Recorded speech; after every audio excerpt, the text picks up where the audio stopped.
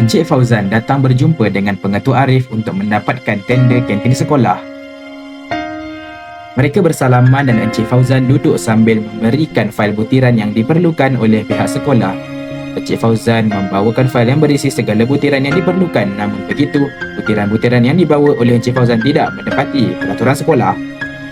Apabila Pengetua Arif memeriksa dokumen tersebut, ia mendapati bahawa terdapat duit yang diselitkan di dalam dokumen tersebut. Pengetua tahu apa yang ingin disampaikan oleh Encik Fauzan. Encik Fauzan senyum sambil menggalakkan Pengetua untuk mengambil rasuah tersebut. Pengetua Arif pun menerima rasuah tersebut tanpa berfikir panjang. Encik Fauzan berasa gembira dengan langkah liciknya berjaya. Pengetua Arif menerima syarikat Encik Fauzan sebagai tender sekolahnya. Namun begitu, Cikgu Farhan mendapati bahawa dokumen tersebut tidak mencukupi dan syarikat tender kantin Encik Fauzan tidak layak beroperasi. Ia berjumpa dengan Pengetua Arif untuk membincangkan masalah tersebut. Walaupun Cikgu Farhan telah memprotes, Pengetua tidak bersetuju dengan pendapatnya dan mengindahkan segala larangan. Pengetua mengatakan bahawa perkara tersebut tidak terlalu serius. Cikgu Farhan berasa pasrah dengan Pengetua Arif dan berasa buntu dengan apa yang seharusnya dilakukan. Beberapa bulan kemudian, terdapat beberapa pelajar sekolah yang terkena keracunan makanan.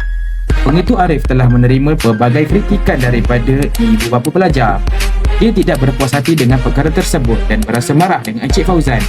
Dia memanggil Encik Fauzan untuk datang ke pejabatnya. Encik Fauzan berasa malu dan takut. Dia datang ke bilik Pengetua dengan rasa bersalah dan malu. Dia dimarahi oleh Pengetua Arif dan hanya menundukkan kepalanya. Encik Arif memarahi Encik Fauzan semarah-marahnya. Sementara itu, Cikgu Farhan sudah menunggu di luar pejabat untuk menunggu pegawai SPRM iaitu Tuan Hasmizi. Dia telah mengetahui segala perbuatan Pengetua Arif dan bertindak melaporkan kejadian tersebut kepada Tuan Hasmizi.